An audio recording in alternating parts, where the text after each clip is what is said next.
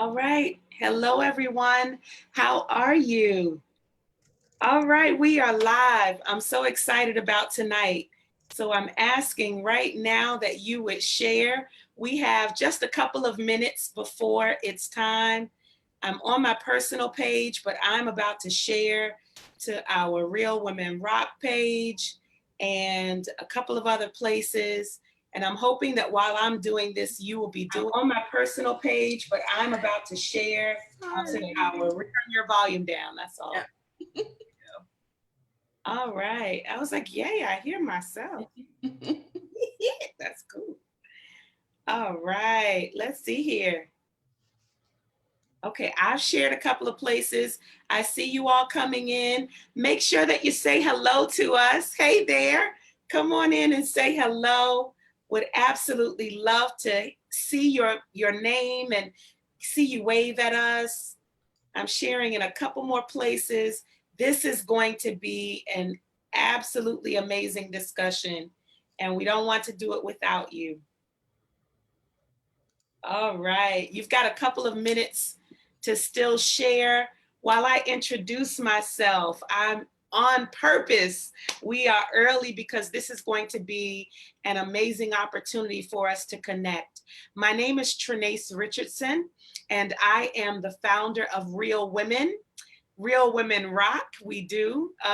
And we exist to create safe spaces for women to do personal development work on themselves. And we do that through sister circles. We have established sister circles in across the country and abroad, either one-time experiences or monthly experiences since September 2013. So we have been doing this work for a long time, and we have continually grown. We even have an all-access membership community where we delve into a deeper community and relationship and connection with our members. But we host these sister circles both in person and virtual. Of course, we are just doing them virtually this year because of COVID. And it is an amazing opportunity for you to connect with other women. We have trained facilitators, including myself, and we invite guests to come all the time who engage in conversation and discussion with you as a sister, an equal. We don't have presenters, we don't have conference speakers. We literally have someone to come share their experiences with you and ask you to share your experiences around topics that matter to women. And so if you'd like to hear more about who we are and what we are doing, please go to realwomenrock.org. Again, Real Women, hey y'all, I see you coming in. Realwomenrock.org is where you want to go for this information. And we have just hosted our very last Sister Circle of the year. It was absolutely amazing. We talked about what it meant to really reach your upper limit and really just you decide, you know what, I'm happy enough. Really, I've had enough. I have more than I need. What does it mean to really just crack that upper limit problem and move past it so that you can attain all of the joy and the happiness that you truly deserve? That's the kind of stuff we talk about in our sister circles. And so in 2021, we want you to endeavor to do something to pour back into yourself. I know, sis, you pour out to so many people on a regular basis. Tuning in now within the comfort of your own home on a monthly basis would allow you the opportunity to be poured into. So we really, really hope that you will go to realwomenrock.org to get that information.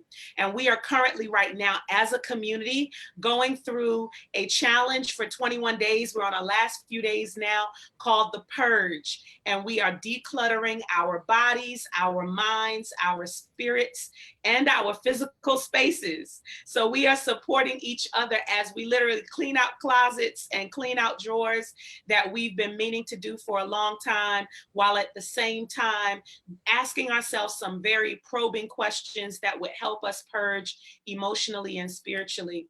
And then, eating better, all of those things. Wherever you feel like you need to declutter, that's where we are. If you want more information about that, you can go to TrenaceRichardson.com/purge.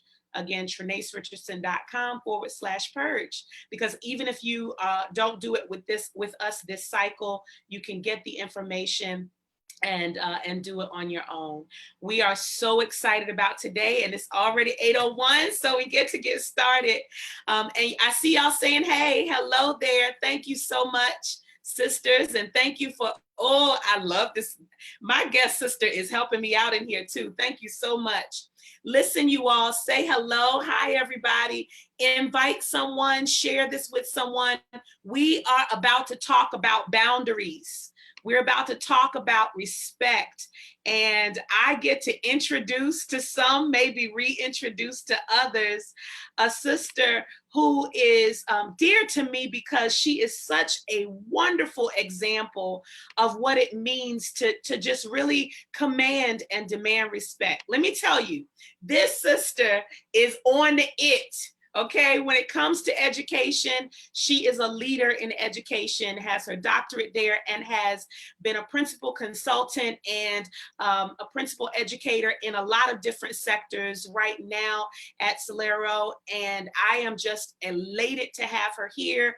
She also speaks and pours into others and encourages and motivates others. And I am so elated to have Lydia here. Thank you so much for joining us. Would you mind saying hello and sharing anything about yourself that I may have missed or you want to add? I would love for them to know all that they can as we begin this conversation. Thank you for having me, Dr. Trenace. We're going to say Dr. Yes, we are Dr. Lydia.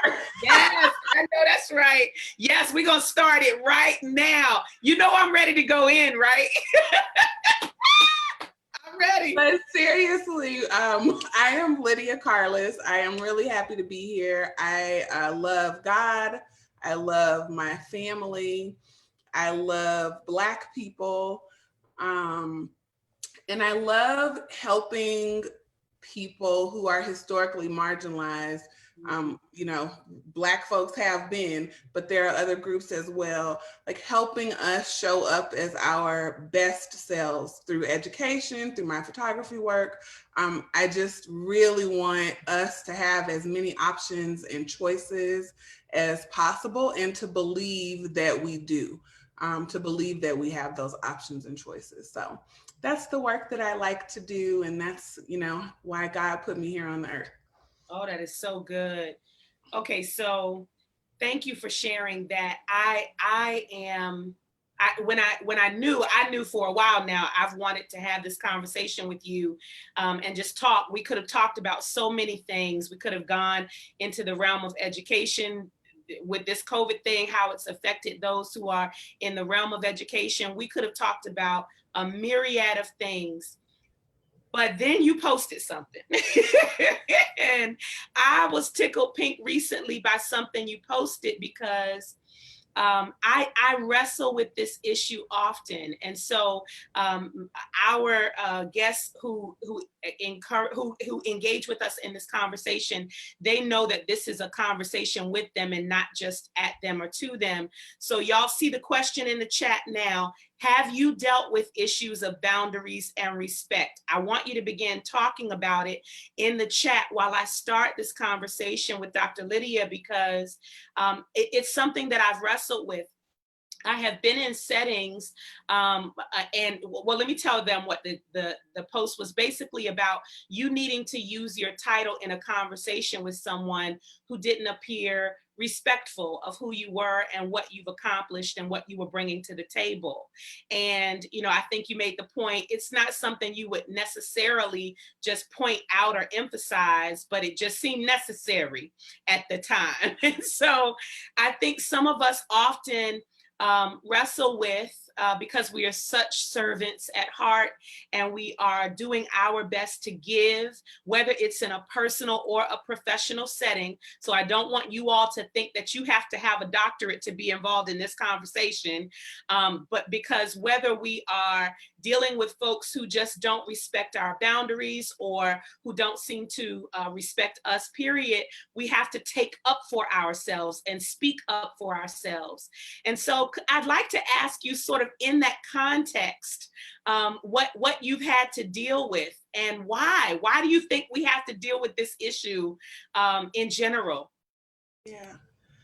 Whew. So I'll just say that the why we have to deal with this issue in general is a larger patriarchal society that values men over women, that has historically not seen women in places of leadership as capable of leadership outside of the home. And even that is, leadership was leadership as far as we were allowed to lead.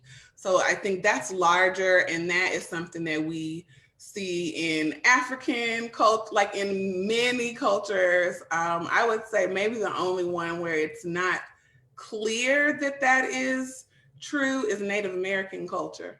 Wow. But so where we came from, that was already the norm. And then we came to white supremacy culture for those of us who, have traveled to the US, or even sometimes when you live in Black dominant spaces, because we have adopted so much of white supremacy culture across the globe. Mm-hmm. So there's you're a woman and you're a Black woman. And we can be just as racist and detrimental to ourselves as white folks can be to us, because we have learned that behavior. And it was not by chance that we learned it, it was intentional. So we were taught that basically we're the mammies, and our benefit to society is how many babies we can have. So when you start going into spaces to talk about things other than how do you serve someone else for their needs, then you're going to have some issues of respect and boundaries. And so I have to start there with the white supremacy culture and the patriarchal culture. But then I also believe that one of the reasons we deal with it longer potentially than we need to is because we don't communicate to ourselves. We don't take the time to think about what are our boundaries, like what are our non-negotiables for how we will be communicated with, who we would want to work with, what kind of outcomes need to happen for this to be beneficial for you and for me. So because we haven't felt worthy of that, because we haven't been given the value to do that, and for centuries in this country, we weren't allowed to do that. Right. So it's something that we have to learn, and it makes sense that we haven't, gotten it all right yet, but we're on the path. Yeah, so good. I love that you gave background for all of the, whether it's gender, whether it's race, and I'll add one that's been added in the chat already. Sometimes it's age, because someone just said, I'm Mrs. Bacon to you. Thank you very much. And so Mr. and Mrs. gets lost a lot of times. I know if in growing up, if I didn't say Mr. or Mrs. in front of an adult before their last name, my mother gave me, she let me know I should have. She found a way to let me know. And so I think you're absolutely right. It's coming from a place of, where we've come from, and then what our current mentality is about what we will and won't take. And so thank you for that background of it. And I love, in the spaces that I've experienced to you, more so social media, but I love your level of consciousness, because not only are you pouring and serving and helping others, but you are providing that kind of context to say, you know, we should be proud of who we are. We should be expecting the respect that we have earned and we have gained for ourselves. And so, great context. I want to ask you this, and I'm going to look for more of you all sharing with us in the chat what your issues have been as it relates to dealing with boundaries and respect. And I'll post another question in a moment. But what do you think we should be doing once those boundaries have been crossed? Once we see we have been disrespected personally in relationships, once we see we have been disrespected professionally in conversation or related to a professional situation, how should we handle that level of boundary crossing and disrespect? So I actually wrote a few notes and I just want to make sure that I address them all. And Yeah. so one thing that I think is really important is that 24-hour rule is really good. You know, if you can be effective communicating the disrespect in the moment and call others in or call them out as appropriate, then, you know, great. But if you need a little time to get yourself together, to, you know, think about your talking points and to come back so that you can be, even if you're emotional, you can be effective, then I would say, you know, take the time that you need, but not more than 24 hours. Communicate what it is that was your experience of it and how you feel about it, not what they made, like their intent is not the point. This was my experience and this is how I feel. And then I would say be open, leave space for being wrong or at least incomplete about how you perceived something. Be open and leave room for a graceful exit.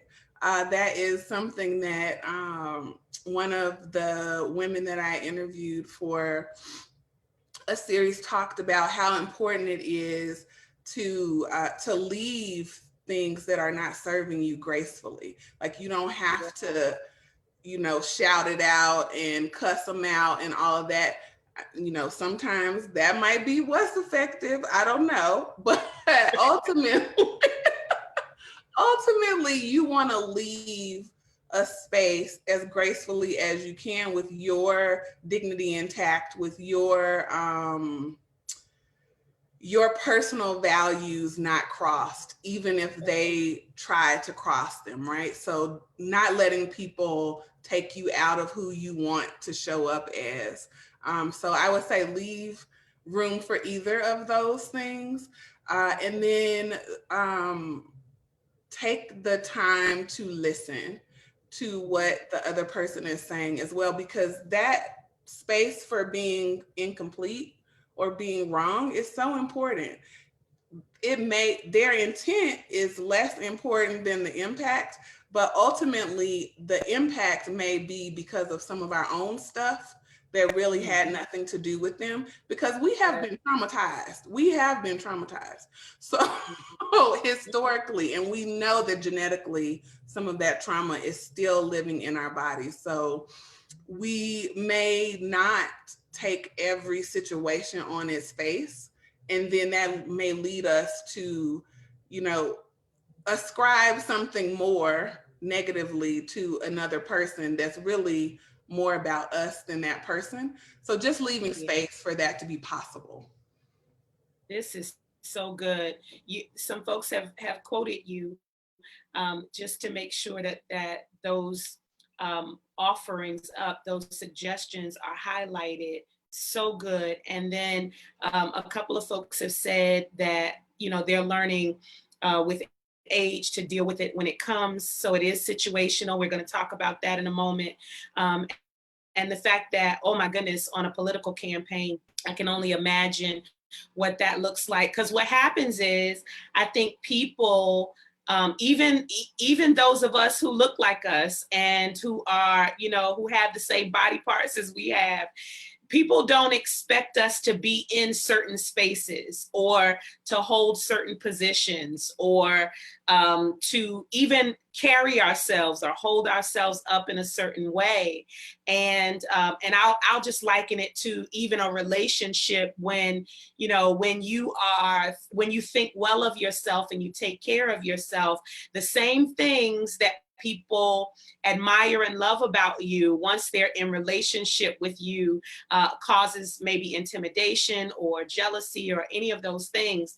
And so you end up dealing with people who don't want you to come and be all of who you are. So I love what you said about don't let folks take you outside of who you are. And that 24-hour window is so important, because a lot of times if we act out of our immediate feelings, we may do exactly what, they've intended for us, to come outside of our character. But at the same time, it is situational. So I love what you said. We have to decide when and what tools to use, knowing ourselves best.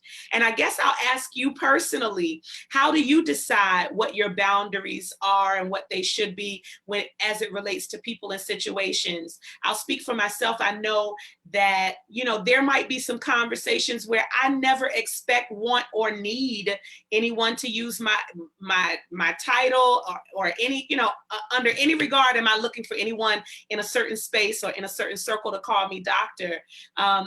If I see in another space that other people are getting the same, respect, and then I'm not, then that makes me, the antenna goes up. What's going on here? And so I ask, have you dealt with it where you've seen, it's situational for you, and how do you decide where to draw the line? So I think that it's really important for me to go into, and I'm just going to keep it on the professional level because we're talking Sure. about doctors. And I can tell you none of my family cares about Dr. Lydia. Right. So none of my friends, so that would not at all be relevant. Right. But on a professional level, I think what I've seen as being really important and what I've experienced as would have been useful is starting with what are my personal values? Like, why do I do the work that I do?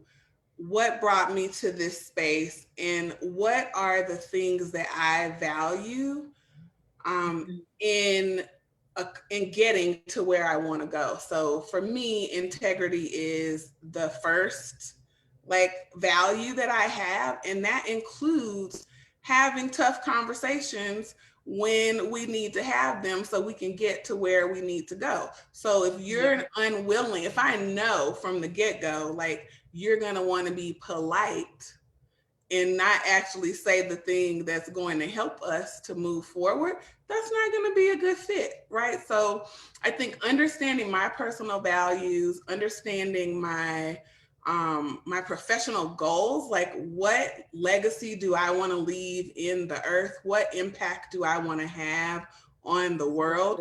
And so when I'm making decisions about what contract to accept, or what I just accepted a job that I'm super happy about, but there were some very important things because I was going to be taking a big pay cut.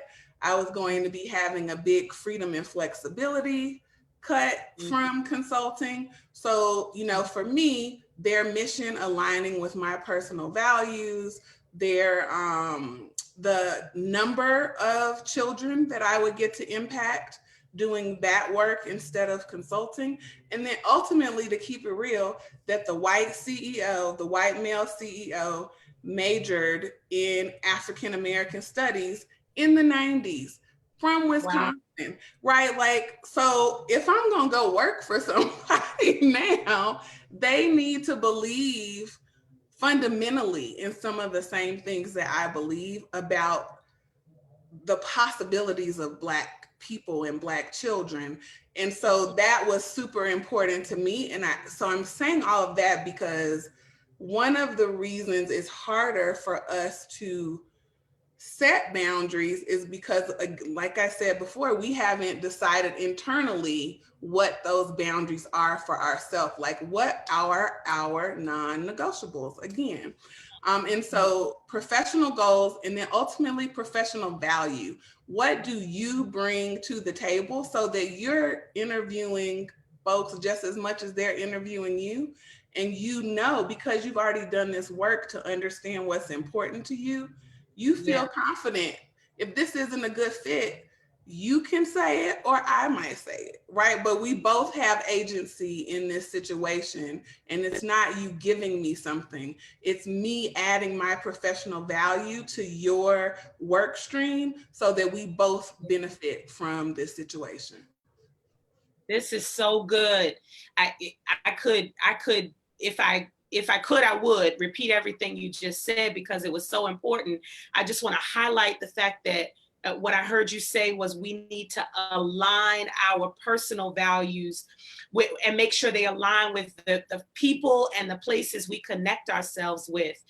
We have to know our personal values first. We have to really know thyself and figure out what our boundaries are. What does our integrity meter say? When do we draw the line, so that when we are around people and in spaces, we align ourselves with folks in spaces that are akin to what we believe, and that eliminates a whole lot of problems. You will always have challenges and things to work through, but I think that's such a good place to start. Someone asked, what are your non-negotiables in the chat? I think that's an awesome place to start.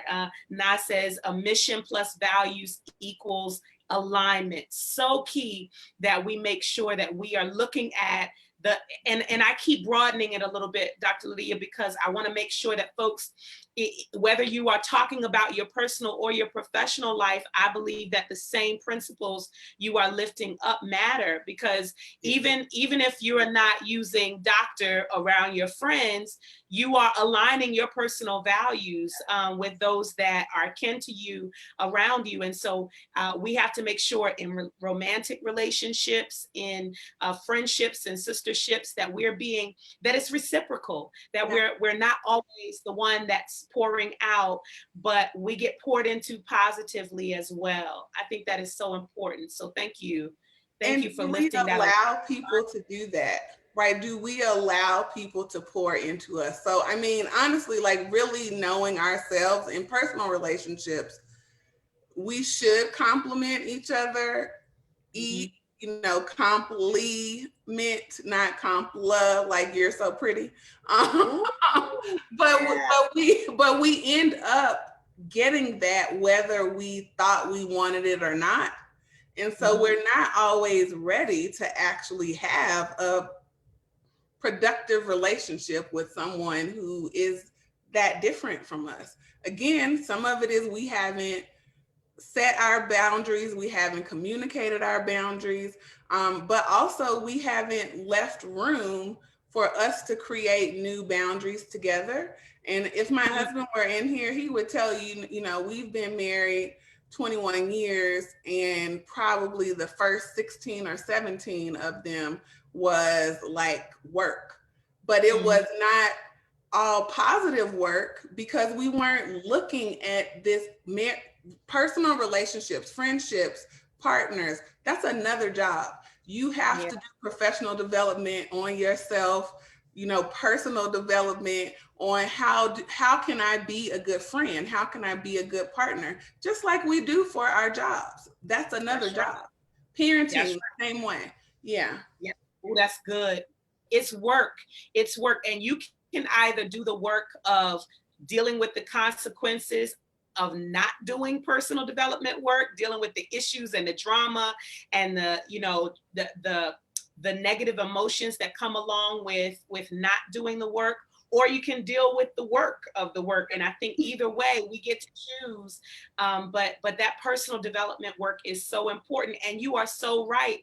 It's literally the work of relationships, I really can't liken it to a level of maturity, right? Because in professional circles, we can see immature people. We can see you a mile away, boo boo, when you are just jealous of whatever, opportunities we've gotten and we've worked really hard for, and and you feel like we don't deserve it, but and you feel like you do, and you've been here for 5 minutes.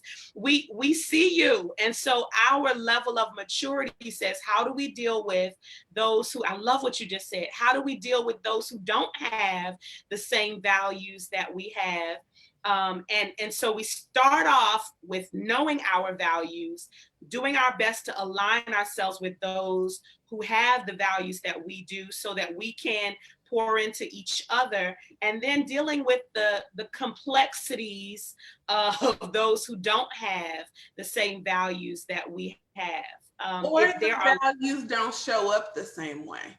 Because yes, they could have the same values, but they have very different ways of communicating, demonstrating, working through those values, yeah. sometimes.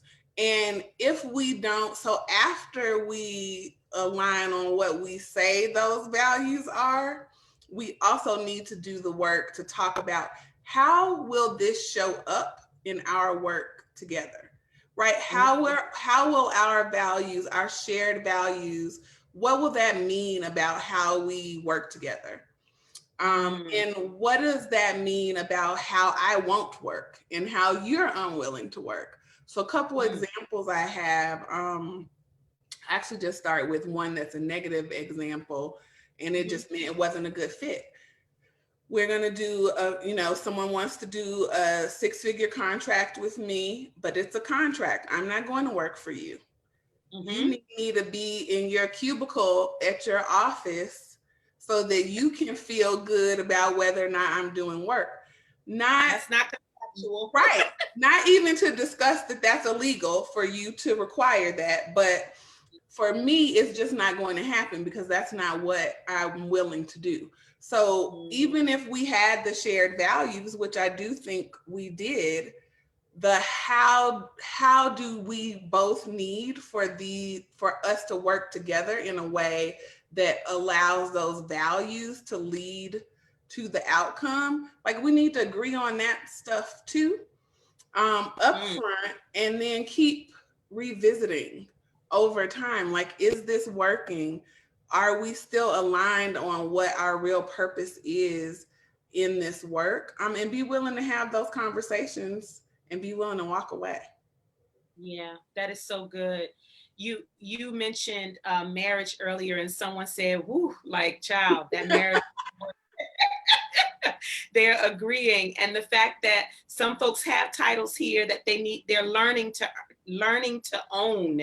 And I think that is so interesting. It made me write in the chat, and if you have any thoughts about it, feel free. But we ourselves, I think I started with this thought when we started the conversation, but the idea that we wrestle with our own perception of ourselves, but how others perceive us, of arrogance or too much confidence, or someone assuming that it's coming from some conceited place, that we stand up for ourselves, or that we speak up, or that we use, not even correct or emphasize it, but we use our title, that we're seen as. And I have personally wrestled with this, like, when do I use it, when do I not, and whether or not I am seen as conceited or arrogant as a result. And it has come back time and time again to what you've said, Dr. Lydia. It really is about where my heart is, where my values sit, where they lie. And if I'm coming from a place of hard work and sincerity, and let's bring my best to the table so that I can pour out my best, that should not matter. You have any thoughts about it? I do.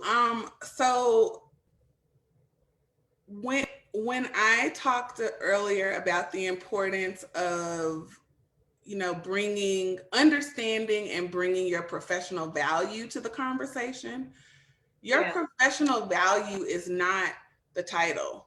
Your professional value is the work that went in to getting that title, right? So it's the research that you did, it's the study that you conducted, it's the paper that you wrote.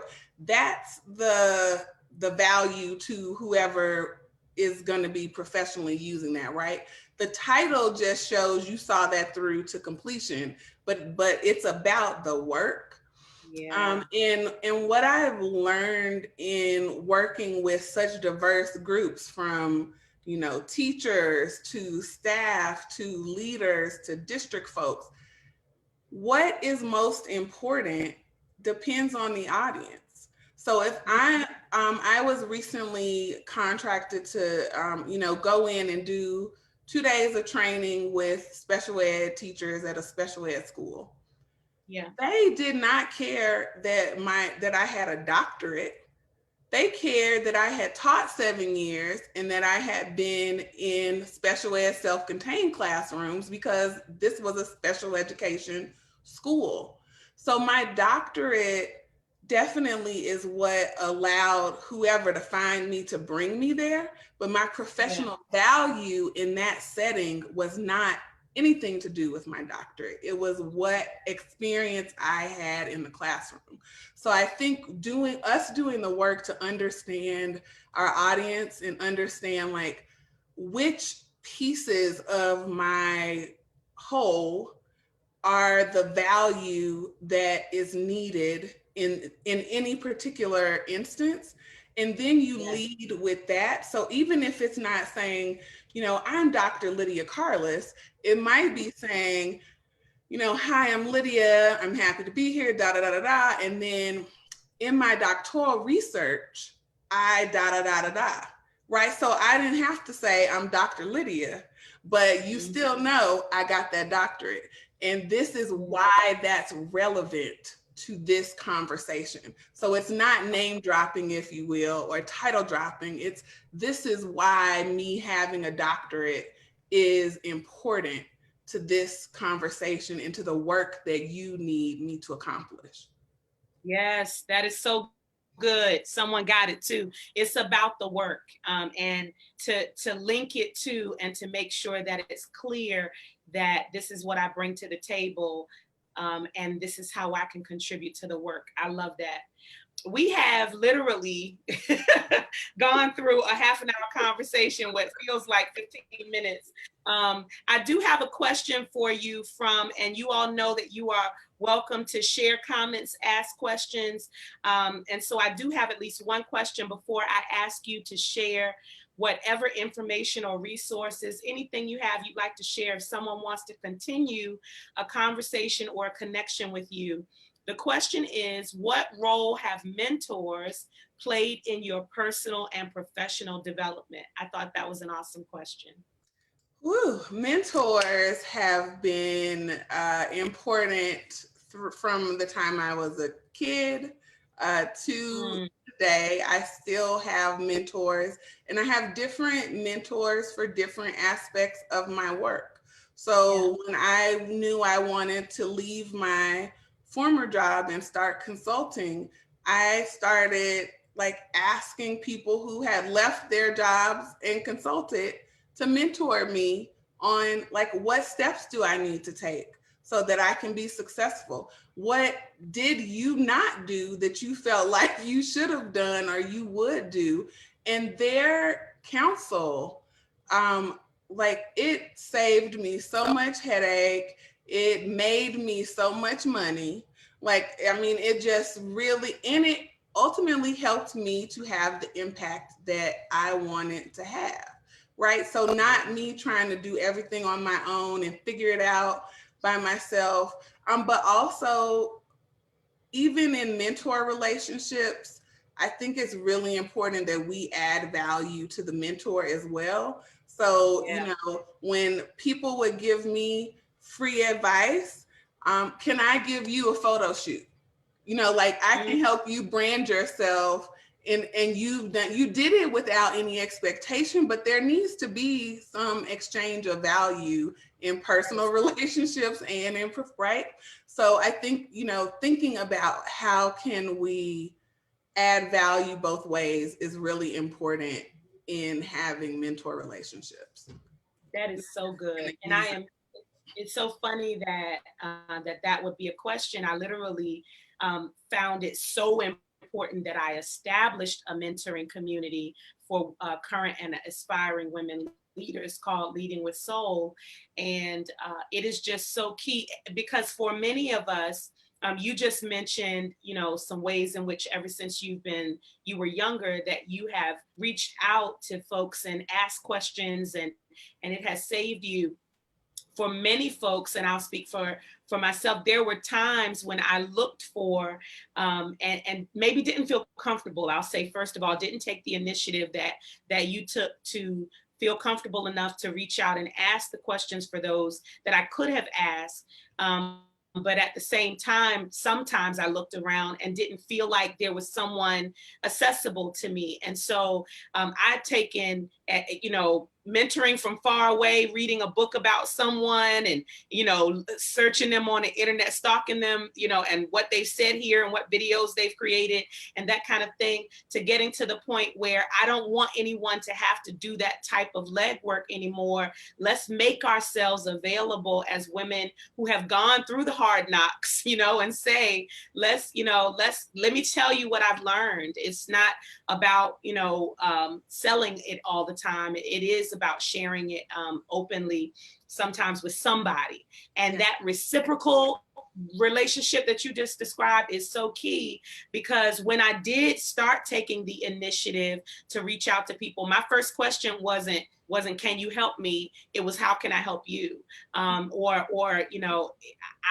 I would love the opportunity to share, to buy you a cup of coffee, or to do something for you, to serve at your conference. I would love to be able to just volunteer at your conference, no expectations, because I know just being there, I'll learn something.